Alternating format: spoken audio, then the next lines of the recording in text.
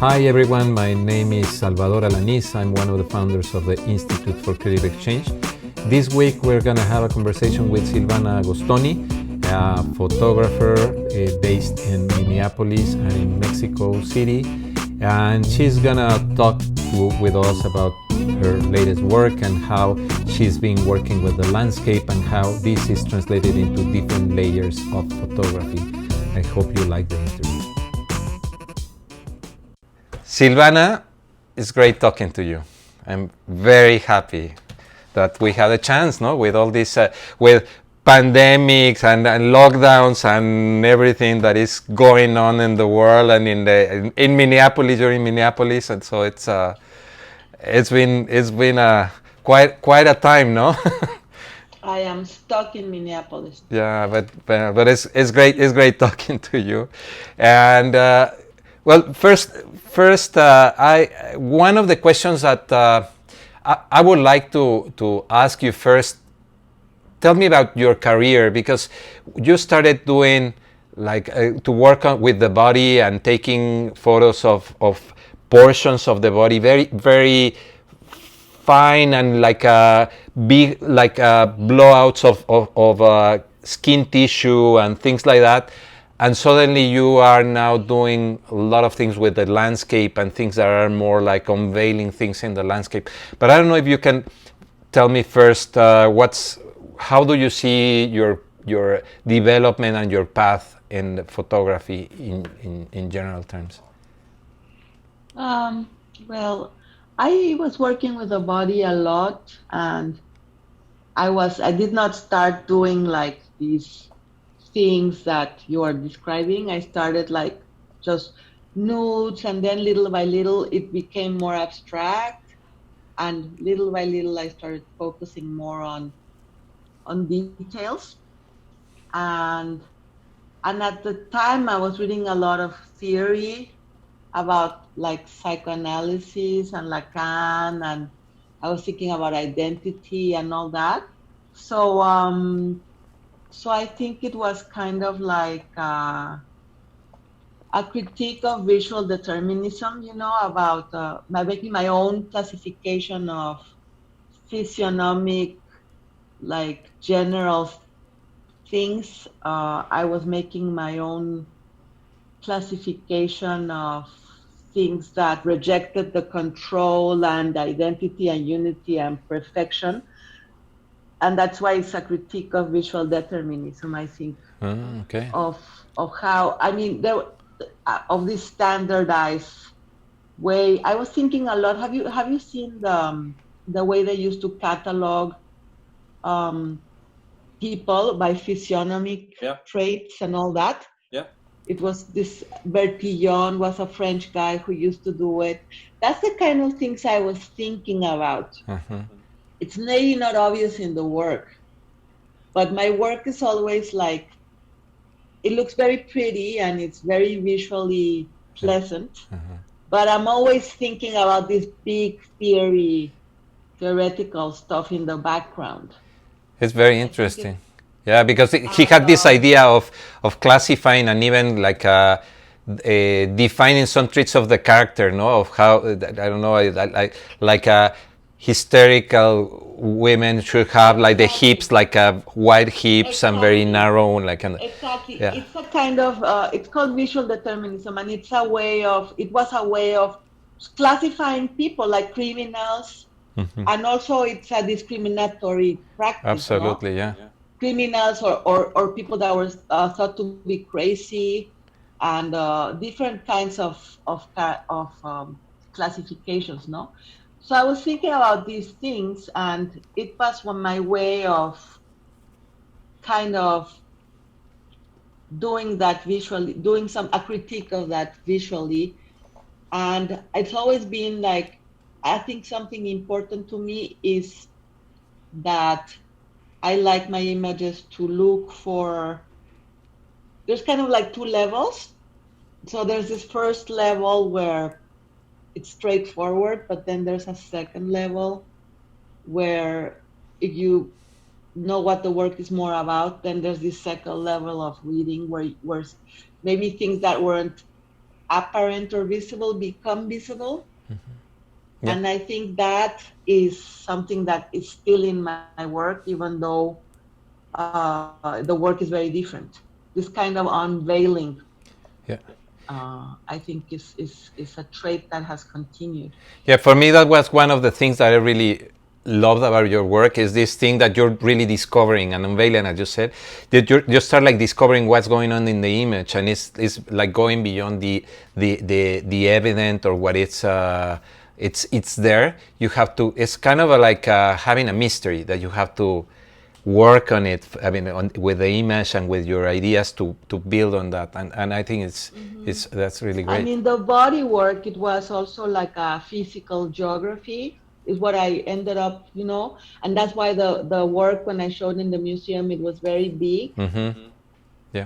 because the idea was to make it a landscape, like, Ah. and make the viewer, like, it doesn't, I mean, if you see the small work, that works printed small, it's very different Yeah. than when you see it in a large format, and they were really big, those prints. Uh-huh. Some were like 3 meters, and some were like 2 meters by 2 meters, and they were really big. So really, the change of scale in that work was very important for this transforming something that you normally don't look at, for this idea of making it into a body landscape, if you like, but it's more than that. Yeah. And yeah, Do, I thought it like I used to think it was like um, maybe like a map uh-huh. of some kind of strange identity trait. I was very interested in changing the identity traits into something else. I think no, it's very interesting. And so it's. Do you see like a connection from those photographies to these ones that the new ones that were you work with the landscape, like the ones on Whiteout? Is there like a connection or not really? I'm not sure. I think the only connection that is for me very obvious is that for me, again, I think they are very beautiful, and I am attracted. Some people might criticize me for that, but that I'm attracted to make like visually striking, beautiful images. I like to do that, but there's always this underlying second reading, which is like the beauty of the image is obscured by a reality of what I'm thinking about, or another discourse that I want to show. And maybe you'll only see it if you read the description, or not even in the caption do I put it, but if you read the description of what the work is about. In this case of the whiteout, I am thinking about climate change, and the fact that this particular work was a record-breaking storm in the American Midwest in 2018. It was like the biggest snowstorm ever in April recorded, period, in a place where it snows a lot. Yeah. So it was, and people don't think about this. So some people I saw, some people, when I would say to them, the reality is that this is about climate change and the fact that the warming of the planet, the warming conditions are leading to more moisture in the air, and that increases the precipitation, and that increases the extreme weather events that we have all the time. So it's all connected. Yeah. And I think in that sense, there is this unveiling of a second layer of meaning, of truth, that isn't necessarily apparent. That's true, because if you just see the photographs, it has this, as you said, this seduction and this like formal attraction that the images have, and then you see the context and the subtext, and I think it's interesting because it's especially there's one where you have like a post like in the center of the image, where you have to. It's almost like if you're really discovering the landscape, no, and there's like white space, which is really beautiful because the subtlety of the image is what is really striking, which is because everything is And it's really also subtle. like, but it's also like climate change starts appearing. I mean, maybe it's not apparent and it's just a metaphor, but for me, the metaphor is important, and maybe not every viewer will see it, and maybe I need to describe it. I don't know. In the No, I think the metaphor first is important, and secondly, I think it works because it's more or less the same as your other work on which you have the window that says Latino, no Latino on a sign, and then you start like scrapping the decal in the inside the window, and you see what is reflected on the other side. No, you start like discovering the buildings and all that, which is interesting. So I don't know, how did you do that? You had the idea of doing the video and then you took images from the video. What was the process for you for developing that piece? Yes, I wanted to do the video because I had spent a lot of time on that in that place. It was some friends of mine that were at the Royal. They were studying at Central St. Martin's, I think, in London, and their workshop, their ¿cómo se dice? Su taller, su estudio. They had their studio. They had their studios in this building, so it was like an artist studio space. And there was this window, and they wanted to make it like an art gallery for people that were passing by. So I knew that they were gonna take away the sign. So then we made so then I said, okay, well, I want to film you while you scrape it away, because I had already observed the light, and I thought the reflections were going to be amazing. And it's exactly this unveiling of the inside outside, the inside projects, scraping away that plane of paint shows you the outside, but shows you the inside, but shows you the buildings, the sky. I mean, it's all about this unveiling. I think there's an unveiling that is a constant in some of my work. In all your work, I agree, because it's more or less the same. It's the same that happens when you're seeing the photos of the whiteout. No, you're really like discovering different layers. I mean, not only conceptually as you said, but also visually, you're really discovering the layers of the image, which is super attractive and interesting. I find at the end the mystery is something that attracts you, no? And when you have there was an old say that about the idea of what makes an image, the attraction of somebody is when you're really hiding the thing, no? When you hide something, you make it really attractive, and it's more or less what happens in a way with your images, that you show a part and then you hide it, which is really... That's what I wanted to do with the work of the body too. It was to I didn't want it to be obvious what you were looking at as a viewer, so I was hiding that identity. You didn't even know what you were looking at. Is it a landscape? Is it skin? In some places it was obvious it was skin, but in other photos it was really not. No, especially not at the scale, the big scale. No, and I remember there are some that you feel that they're just geometric figures, almost like a drawing, and then if you pay a little bit more attention, you can start like discovering that is tissue, that is skin tissue or something. But then your first impression is that there's just lines or some sort of geometrical body, but it's how the tissue is built, no? Which is the interesting part. That takes me to this other project that you did in the jail in San Luis Potosí in Mexico. Tell me a bit, how did you get into like going to this jailhouse, and how was it? That was a very good coincidence. Because I've always done, work, other work for a living, no? I don't only do art photography. So it was a paid job, and I was going to do an interview.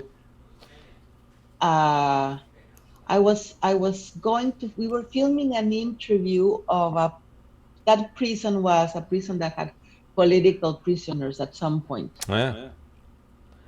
And for some reason that I vaguely remember, I don't really remember very well, we were going to interview one of these people. And so I went there, and the location was in this place. So we had access. Okay. Is it still active, the prison? I don't think it exists anymore. No, at the time it was already abandoned. Okay. Mm-hmm. And it's adjacent to what now is I don't know the exact name, but something like that, a new art center, Centro de las Artes de San Luis Potosí. It was an old compound, very big, and they remodeled and they made it into an arts place. I don't know exactly what it is today, the name. But anyway, it was before any of that happened. It was just these ruins. And for context, we went to film in the prison. We didn't do the interview there, but for context, we went to film like the site. All the B-roll. That was abandoned. The B-roll for the video. And then I started walking in the cells and stuff, and I started seeing these crumbling walls with all these amazing like stuff on the walls, and I was like, okay, this is like a project. I want to do a project here. I want to like photograph this. Yeah. And so I did. So I asked for permission, and I stayed longer, and I did the work. I think it's also has again this thing of the layers and the discovery and the like the mystery, because sometimes you see some of the images, it says the first one on your website you have like one image that if you just see it like this, it's not apparent what it is. I mean, it's a wall, but you don't see it as a wall. It's almost like a painting. I mean, it's like my first reaction when I was checking your website is, now Silvana is painting now, because it looks like a painting. But then you see it's again, you have to get into the image and pay attention and then discovering what it is, and it was very interesting. A lot of them look like paintings, and then something that a lot of people don't know is that in some of them I made like little interventions. That's it. Okay. Something, or I made a line. Or I chopped somebody's like face off, or I put a fork somewhere, or stuff like that. I kind of, not in all of them, but in some of them, I kind of messed with it. Like no, because they're very interesting, and also with pieces of paper, like almost like images and photos and stamps, like on the wall, and it's pretty interesting. Yeah, they're like my reinterpretation of an intervention of the icons left behind by the absent occupants. And then I present that like a residue or a trace or a remnant. Yeah. And it's like, I don't know, it was almost like an archaeological ruin. That's what I was going to say, because I don't know if you know that our friend Ulises Mora, you know Ulises, no? The artist, the performance artist. He's working now with archaeologists, and what he's doing is that he's asking archaeologists to do description of archaeological sites for artists to do kind of almost like recreation from the words, from the narrative and the storytelling of the archaeologists, to do something on their own interpretation. And what I felt here is that it's almost like this interpretation in the photos, or the way you frame the photo, it's an interpretation, but at the same time it's like you don't know exactly where you're going, no? You're trying to see what happened there, but it's not apparent, no? It's something that is like it's always a mystery, no? It's again like a mystery. Well, I was fascinated by what I found, and then I thought there was like that's why I thought it was like a little bit like archaeology, because I felt that there were these layers of matter and time, and then it was like someone else's nostalgia. I imagine whoever put that on the wall had no access to the outside. So some of the image was like kind of like their connection Yep. between the inside and the outside, or dreams, or Yeah. I don't know. So it's also kind of like a fragmented psychological landscape in a way, Uh-huh. maybe, of the people that were there doing that on the wall. Yeah, I mean, with all the like the distances and the adequate distances that obviously with the different situations, but it's what happens. I don't know if you if you're feeling the same, but with the pandemic, you start like seeing your house, in the space where you live, like a space where you're like. You start like discovering things, and you start like putting things together in a way that you're like that reflection of your mind. And obviously the people that is confined to a one room, one cell, they start like talking on the walls, no, with all these telling the story with pieces of paper, or even with some lines on the wall, or maybe a hit or something, no, or even stains, no, just how the stains are starting to talk. I think it's pretty interesting and seductive again in something that could be kind of difficult and raw. I think the images are very seductive, which is nice, no? Yeah. Yes, I think that I can't. Some people have criticized me for that, but I like it to be visually striking, you know? I think that's part of the value also, no? I think it's nice to have like a very beautiful image, no? I think that your images are really nice and beautiful, so it's nice to have them, no? Because they're not cosmetic, no? Which could be the problem, no? If they're just the appearance, that's one thing, but there's always something behind the image, which is a nice thing. And just to finish that, I know that you're like in this moment, which is kind of a crossroads for you, but what you're working now with the national systems of creators in Mexico, and also in Minnesota, you have something, no? You have two grants. You have I have a grant called what's it called? Um, Minnesota State Arts Board okay. Artist Initiative Grant. Okay. So I got that I got it, well, they told me, I got it this year, Oh, okay. and it's a How, really nice award. one question: how do you feel because you have a very particular mix in yourself? You have Italian background and Mexican, and now you're living in the U.S. So how do you feel like yourself now in Minnesota? Well, right now I'm very confused. Well, first of all, I don't think of myself like I'm living in the US, because that was never like the plan or the idea. Right now I feel like I'm stuck in the US with the pandemic, because yes, like because of my partner's work, he got this work here, and we said, okay, let's go. But my idea always, I still have a house in Mexico City, and my idea always was like to spend part of my time here and part of my time in Mexico. And when I got the Mexican Sistema Nacional de Creadores grant, I decided I was going to spend like a lot of my time in the next 3 years in Mexico, because I wanted to do the project more there than here. And now that has been changed. Like it's changed, because it doesn't mean I'm going to be here all the time, but for the time being, I cannot travel. It's just crazy. Yeah. So that's been hard. And then being Italian, well, a big part of me Italian. Well, I'm an Italian citizen. I mean, my passport is Italian. Did you live in Italy at a certain I time? did. Uh-huh. When I was a child. Okay. From which part of Italy? In Milan. Milan.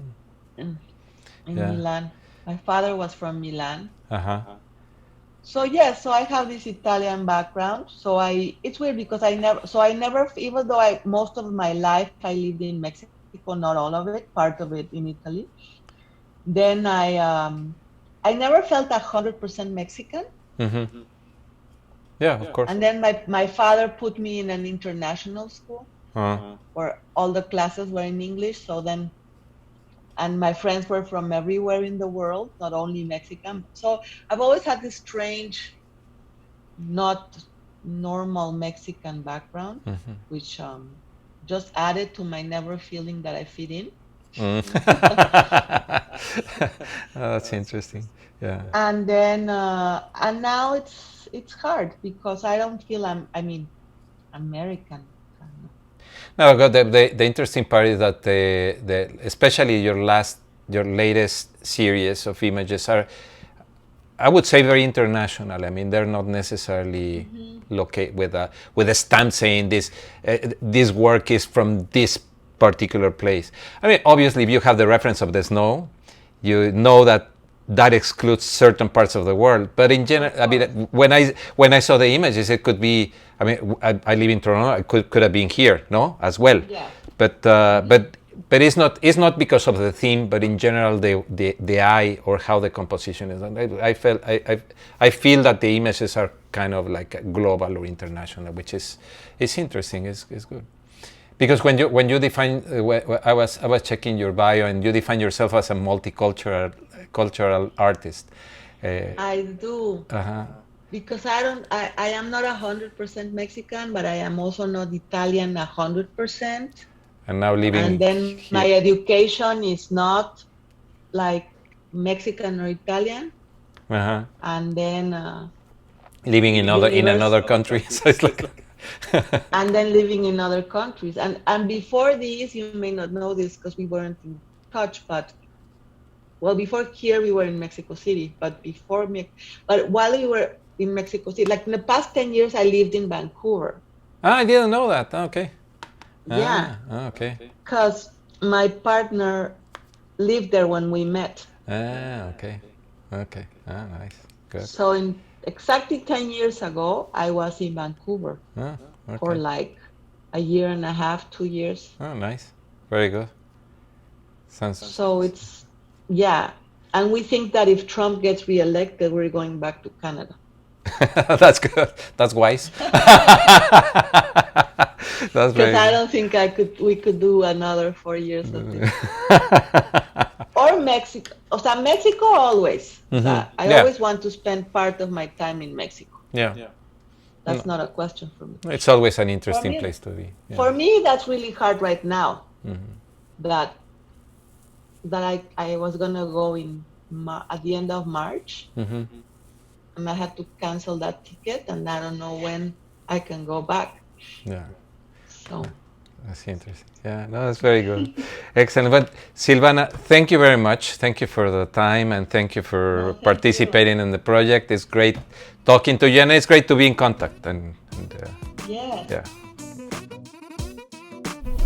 Well, I really hope that you enjoy this conversation, and if you like this work and you want to know more, and if you want to acquire some of these pieces, we have special editions of any of the pieces of these artists at the ICE photography shop.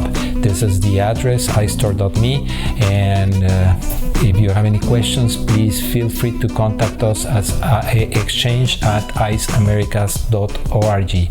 And soon we're going to have also a collaboration workshop, so stay tuned and hope to see you soon.